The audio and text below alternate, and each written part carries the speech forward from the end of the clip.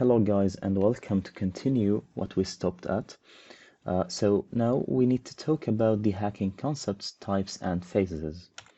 Well, these stuff are important.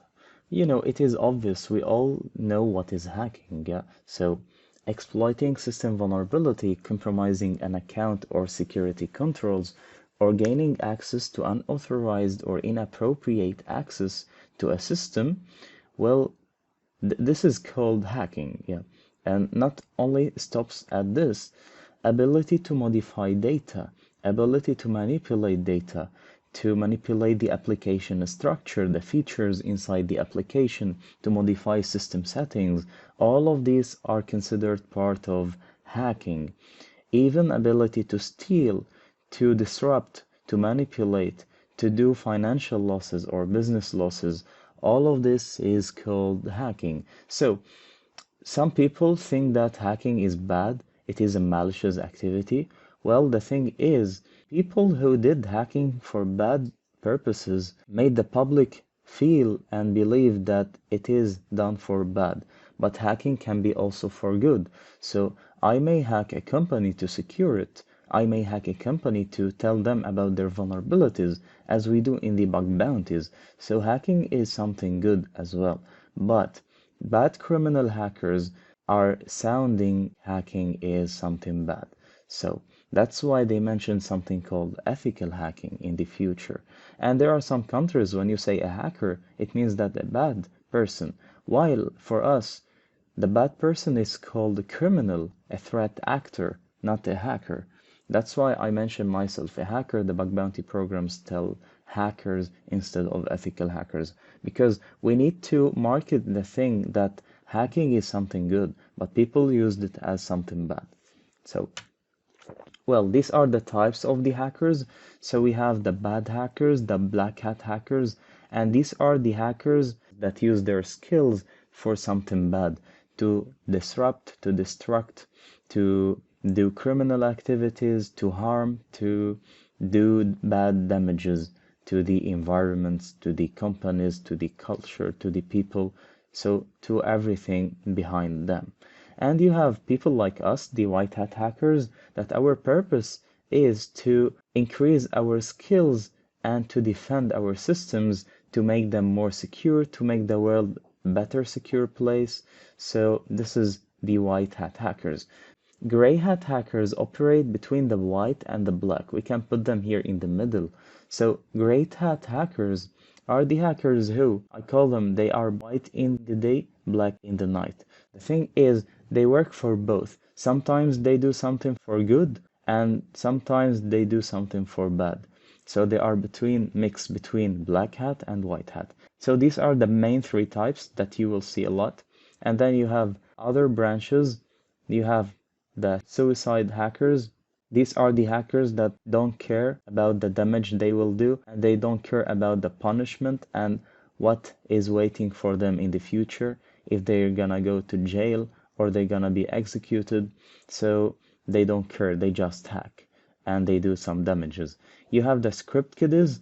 These are unskilled hackers that use written scripts and tools and softwares to attack industries and real world, but they don't know what they are doing. They don't know how the system operates. They just rely on tools, and we see them a lot. We see a lot of script kids. We see a lot of basics people that learn something, that just learn to use a tool, and they call themselves hackers. But in the contrary, they are not hackers at all. They are called script kiddies. They just know how to use the scripts. Without this script, without this tool, they will not know anything.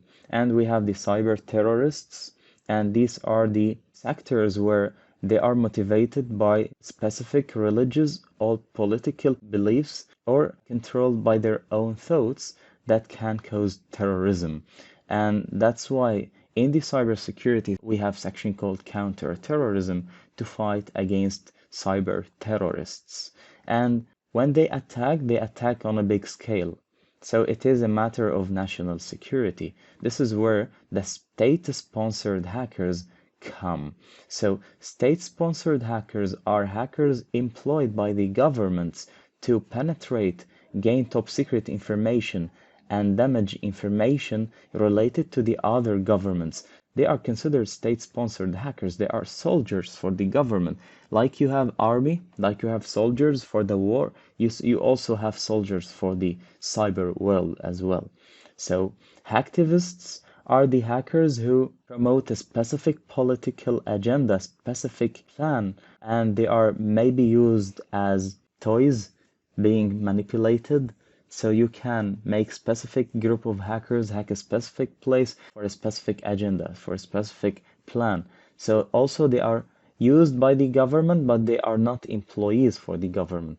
They are not operated by the government. They are manipulated by the government to do specific agenda, to finish a specific task that is forgotten or cannot be done by the government. We have the soldiers of the government, we have the cyber terrorists that they work alone, and we have the activists that they are controlled by people, by government, by big players. Well, for us, we stand for the white hat hackers. This is very important, and this is we will talk about in details in a practical proof of concepts as well. So the hacking phases. Hacking phase consists of three main phases. The reconnaissance, which is called as well information gathering, which is called as well footprinting.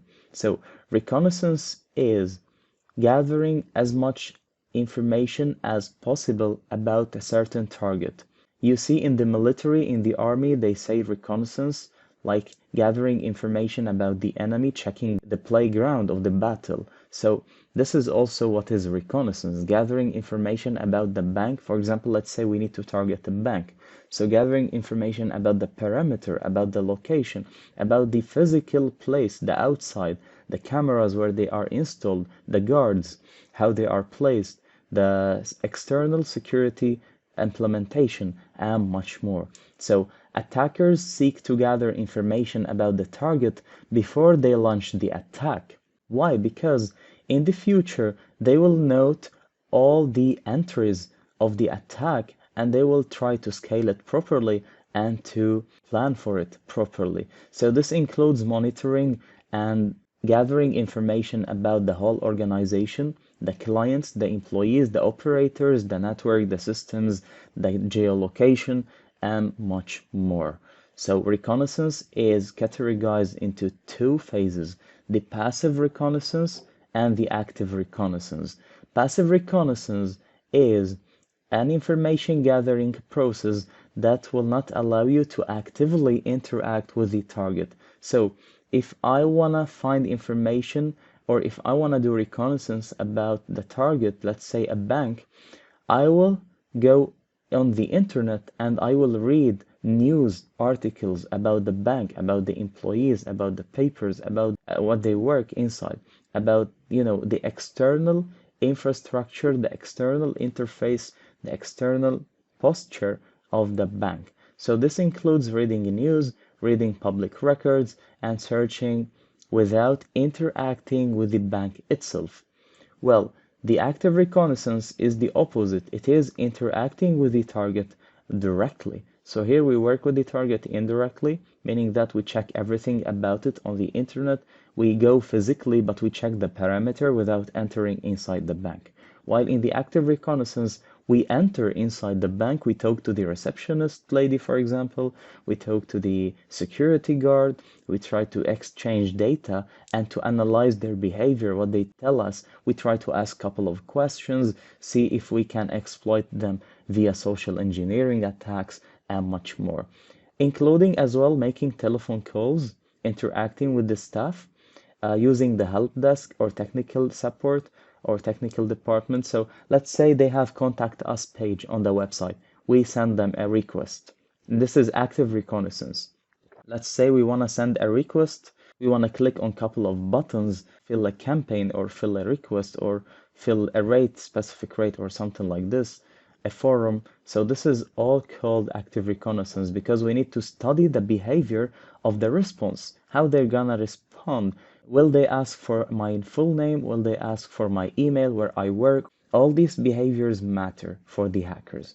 We are stating example about the bank. Any example can be true, like school, university, a company, social media, person, even specific person.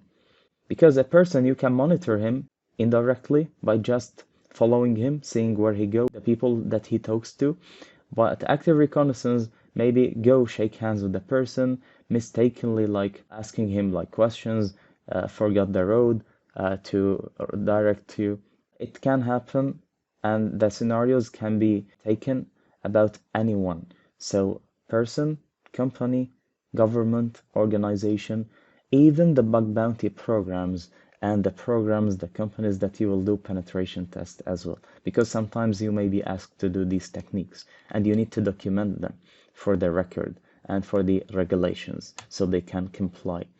Well, the second phase is scanning. After we got all the information we need about the website, about the domain, about the mobile app, about the company, about the parameter, now we need to scan. Scanning is interacting with the network. So you start sending requests to study the behavior of the firewall, to study the behavior of the website, to study the behavior of the security protocols and the encryption methods that are implemented inside the website or the web server or the network. For the pre-attack phase, the hacker tries to scan the network. This could be done internally or externally within VPN or whatever. The hacker first starts to scanning the networks, the dialers, the ports, the protocols, and map everything. Let's say we are testing a web application, an IP address. We start doing port scanning to see what open ports we have. We start pinging the application to see what tools they have maybe, or what services they are running, how they will respond. And we try to launch vulnerability scanners to see if they have some vulnerabilities or some inputs vulnerable to something or some endpoints vulnerable and much more. Then after we do the pre-phase, the mid-phase, and now we have the post-phase, which is checking for the details running behind this. So we did port scan, we identified that port 80 is open, port 80 is for web protocol, so we need to see what is running behind port 80. Is it Apache? Is it maybe other web server? So we need to detect the type of the machine. Is it Windows or Linux, for example? We need to detect the port status, the OS details, the details of the operating system, device type, system uptime, and much more information. When you poke the firewall, when you poke the EDR, the request, the application, you will get to understand the infrastructure of the company, and you can get to draw a map that will make it easy for you. So now you have open port, you have softwares and services running behind this open port, and you will be having some vulnerabilities. Now the third phase comes, which is gaining access. So now we are able to gain access inside the operating system or inside the application or inside the network itself. So depending on the scenario. After reconnaissance, there is a scanning where we scan everything. We identify weaknesses. After we identify weaknesses, we use these weaknesses, we use these vulnerabilities to exploit them in the gaining access phase. So here where the attacker gain access to the operating systems, the networks, the application inside the company, either you gain access to the operation level, like operating system, the application level, like the applications, the apps, the mobile web apps, or the network level, you will be inside the company. Even gaining access has 3 phases. First of all, gaining the access, hacking, then see where am I? Am I hacking an operating system, a device? Am I hacking the application? Or am I hacking the network itself? Then escalating our privileges, because sometimes when you manage to hack and be inside the operating system, you will not be as an admin. You don't have administrator rights, administrator privileges. Maybe you will be like a normal user, so you will not be able to read certain files, you will not be able to view certain directories, certain folders. So we need to escalate our privileges. We need to jump from the normal user to the admin. So by that, we try to exploit vulnerabilities inside the software, inside the operating system, that will allow us to escalate our privileges from a normal user to the administrator, the high-level user that has the authority to do everything, to read, modify, and delete data and softwares and whatever. Then we have the fourth phase, which is the password cracking and exploiting the vulnerabilities within the infrastructure. Because, for example, there will be encrypted passwords. You need to decrypt them, encrypted passwords to another device.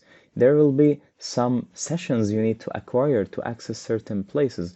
Although you access the operating system, but for accessing a specific folder, you need a specific session. So you need to look for this session. You need to find it in order to access it. So it is kind of here like understanding the operating system that you are inside, the Linux machine, the Windows machine, the application, the network, and see what else you have inside, collect some data, try to collect the keys to open the doors. So when you have the key, you will open a specific door. For example, when you have the session, you will open a specific folder. After gaining access and making all these four phases, now you need to maintain your access. You need to make sure that if you went out, if you exit, then you come back. No need to repeat the same steps. You only need directly to go inside the machine that you hacked. And this is where the maintaining access phase comes.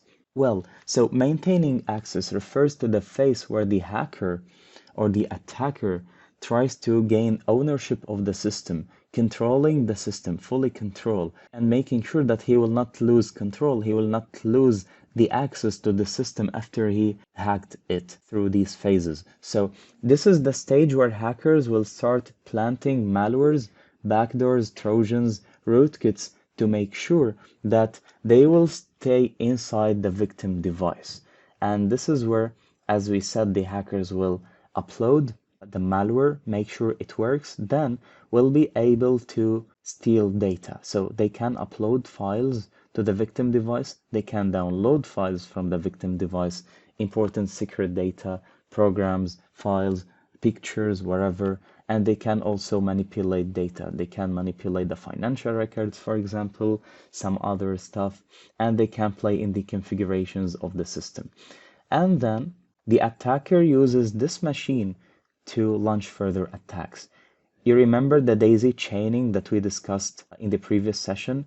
So chaining multiple vulnerabilities, accessing one device and then jumping to another device on the same network. So after I access this victim device, I use it as an attacker machine to launch my attacks to the other devices and gaining access to the whole network. We will talk more in details and we will see how we will maintain access, how we will gain access, and how we will use all these phases in order to achieve our goal.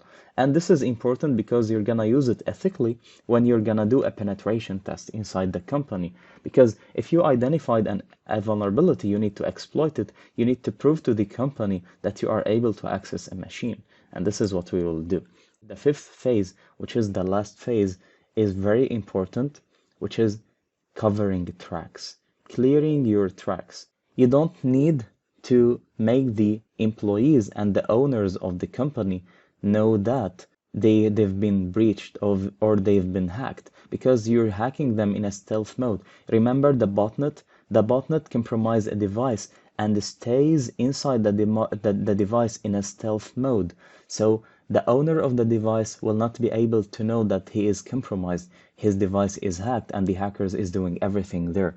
And this is where covering tracks comes up. So covering tracks refers to the activities carried out by the hackers to hide their malicious activities, malicious intents, and malicious softwares. So here where they will plant malware stealers, they will bypass firewalls and they will infiltrate and they will use them to bind these malwares to the active running processes inside the computer.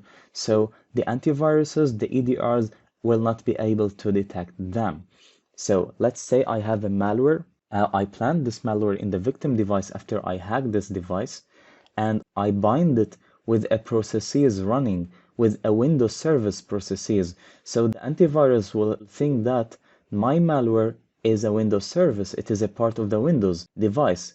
So it will not detect it. And this is what hackers will do. So maintaining the access and covering the tracks. While covering the tracks meaning that I should clear my logs, because when I enter from a malicious request or from a foreign request, or I open a protocol by mistake, or I obtain a remote connection, maybe there is something will be written in the log files. So I need to go and remove my tracks from the log files. So I need to see at this day, today, for example, when I hack the device, is there something written down about a remote connection that is accessible? So I need to remove this information. So continuing access to the victim's device, but remaining silent, remaining cautious, remaining unnoticed and uncaught, and deleting the evidence that might lead to his prosecution. You delete the evidence that will show that you accessed his device remotely. It can be done easily as well. So then, the hacker will override the server, the system, the application logs to avoid suspicion. As I told you, we modify the logs. We delete the logs inside the files that are indicating to us. So by that, the hackers will be able to cover and clear their tracks, as well as hiding their identity. Covering tracks not only when you access the device, but before. When you want to gain access to the device, to the network, you will not use your main IP. You will use VPN, you will use a proxy, you will use services that will hide your identity, that will change your IP location. So in case they were able to detect you, they will see you in a different geolocation. By that you will be safe. Well, they can be traced, but it is not our topic for now, but we will talk about it later. The ethical hacking concepts, it is the same. Identifying vulnerabilities, verifying that this vulnerability exists, trying to exploit it, and see what damages, what impact this vulnerability can make to the system. So why ethical hacking is necessary? Because we don't need the bad hackers to take over your company. That's why we need to ensure that hackers will not find these vulnerabilities. So ethical hacking, penetration testing will do the same steps like the black hat hackers will do, but in an ethical way. We will do the reconnaissance phases, we will do the port scanning, the system enumeration, we will do the gaining access, but we will file them in the end in a report to the security analysts so they can fix the vulnerabilities. So if you want to beat a hacker, you need to think like one. If you have your approach, your methodology like a hacker thinking, then you will be able to find a lot of loopholes. You will be able to understand the behavior and the approach of the hackers and fix the vulnerabilities and the weaknesses before hackers hit.